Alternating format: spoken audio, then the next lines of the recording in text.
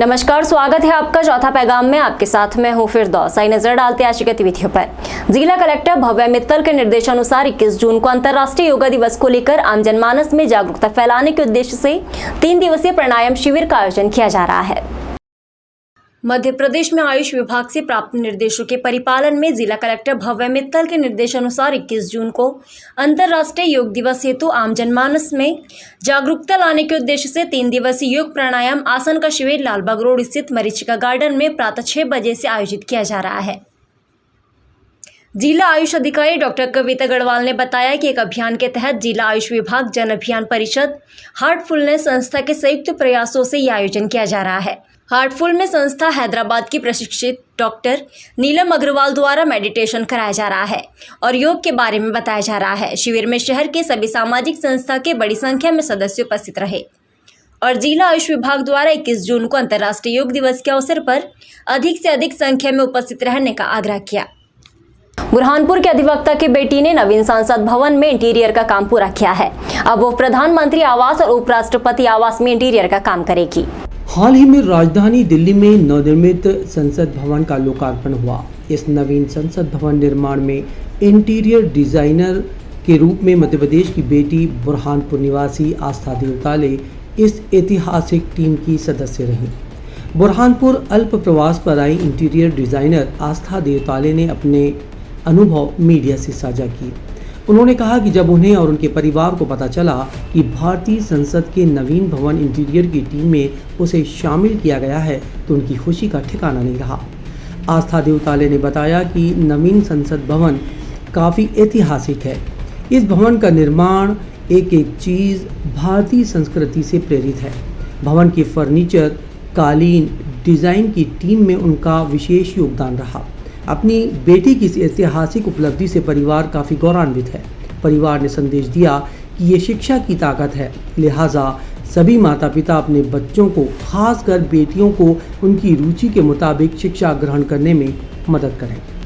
Sir, जब मुझे पता चला था कि HCP को सेंट्रल विस्टा प्रोजेक्ट मिला है तो मेरा एक कहीं ना कहीं मेरा मन था ही कि मैं अगर इंटीरियर से जुड़ी हुई हूँ तो मुझे इस प्रोजेक्ट से भी जुड़ना चाहिए। तो मैंने उसके लिए अप्लाई किया था और मुझे कॉल आ गया था फॉर इंटरव्यू और फिर 2-3 राउंड्स के बाद मुझे वहाँ पर जॉब मेरा फाइनल हुआ, ऑफर लेटर आया और वहाँ पर जाने के बाद वास्तव में ऐसा लगा कि आप इंटीरियर डिज़ाइनिंग कर रहे हो तो रेसिडेंशियल प्रोजेक्ट्स, कमर्शियल प्रोजेक्ट्स तो आप बहुत कर सकते हो, लेकिन ये जो प्रोजेक्ट जब आपको अपने देश का सेंट्रल विस्टा करने का मौका मिलता है तो ये अपने आप में बहुत गर्व की बात है। बरसात के पूर्व शहर के नालों के तल से सफाई की जा रही है। JCB की सहायता से शहर के बड़े नालों की सफाई की जा रही है। बरसात का मौसम लग चुका है। नगर निगम को शहर के नालों की वो लंबे समय से याद आई और नगर निगम शहर के बड़े नालों की सफाई में लग गया है। राजपुरा, कड़वी शाह नाला, गांधी चौक, पांडा रोल का नाला सहित सभी बड़े नालों की सफाई की जा रही है। JCB की सहायता से नालों को साफ किया जा रहा है ताकि भारी बारिश के चलते शहर में जल भराव की स्थिति निर्मित ना हो। ये बात अलग है कि शहर के भीतर छोटी छोटी नालियों की सफाई करने में नगर निगम पीछे रहा।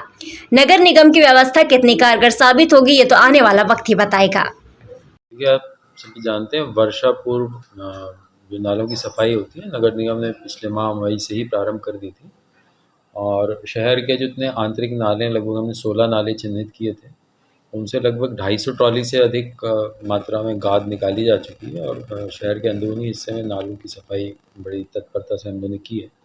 अभी कोटवाल के बाहर का जो प्रमुख नाला है जो लालबाग क्षेत्र और यहाँ प्रगति नगर से होकर गुजरता रास्तीपुरा से पांडा रोड नाले की सफाई चल रही है। आपने देखा होगा पिछले कल से ही वो पोकलेन मशीन से उसकी सफाई चालू कराई है और नाले की पूरी लेंथ में जहाँ ये छोटी रेणुका माता मंदिर के पास तक नाला जाता है, नाले का चौड़ीकरण, गहरीकरण और उसमें जो भी सिल्ट है उसको बाहर निकालने का काम हम लोग करेंगे ताकि बरसात में पानी का कोई प्रवाह अवरुद्ध ना हो और शहर में कहीं बाढ़ की स्थिति निर्मित ना हो। शाहपुर नगर परिषद के चुनाव संपन्न हुए जिसमें कांग्रेस के दीपाली राउत ने 4 वोटों से जीत हासिल की है।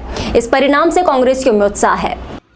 शाहपुर के छत्रपति शिवाजी महाराज वार्ड नंबर 10 में बुधवार को पार्षद पद उपचुनाव के लिए मतदान हुआ था। इसके परिणाम शुक्रवार को घोषित हुए। खास बात यह है कि ये सीट भाजपा के कब्जे में थी, लेकिन यहाँ की पार्षद का चयन संविदा शिक्षक पद के लिए होने पर उपचुनाव हुए, लेकिन इसमें कांग्रेस को जीत मिली। मुख्य मुकाबला कांग्रेस और भाजपा के ही बीच था। कांग्रेस की दीपाली राउत 4 वोट से चुनाव जीती। शाहपुर में हुई मतगणना के दौरान कांग्रेस की दीपाली राउत को कुल 387 वोट मिले, जबकि भाजपा की कविता बाई को 383 वोट मिले। 4 वोट से कांग्रेस की दीपाली विजय रही।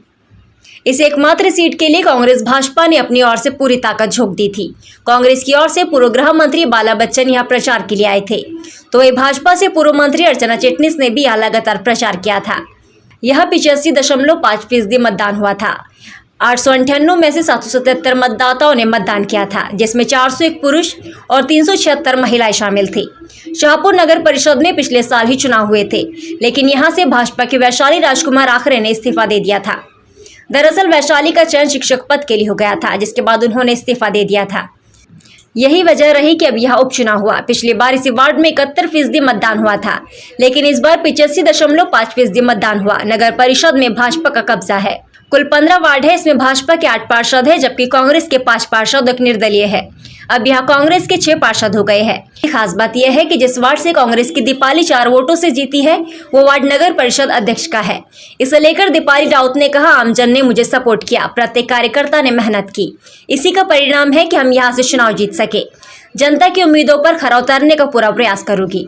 बहुत अच्छा लग रहा है, जनता का प्यार मिला और मैं पूरी निष्ठा से उनका काम करूंगी और मैं जनता को बहुत, ये मेरे हर एक नागरिक की जीत है। आज उनके लिए मैं खड़ी रही हूँ, उन्होंने इतना प्यार दिया, उनके लिए धन्यवाद। मैं उनके पूरी निष्ठा से, उनके पूरे कर्तव्य से मैं उनके समस्याओं का निराकरण करूंगी। अभी पानी की समस्या है, सबसे पहले पानी की समस्याओं को समाधान करूंगी मैं उनका, और बहुत सी समस्याएं हैं उसका समाधान करूंगी। शहर में कई जगह पुराने पेड़ लोगों के लिए दुर्घटना का सबब बन रही है। शाह बाजार में भी एक पुराना पेड़ है जो कभी भी गिर सकता है। रहवासियों ने इसकी शिकायत कई बार की है।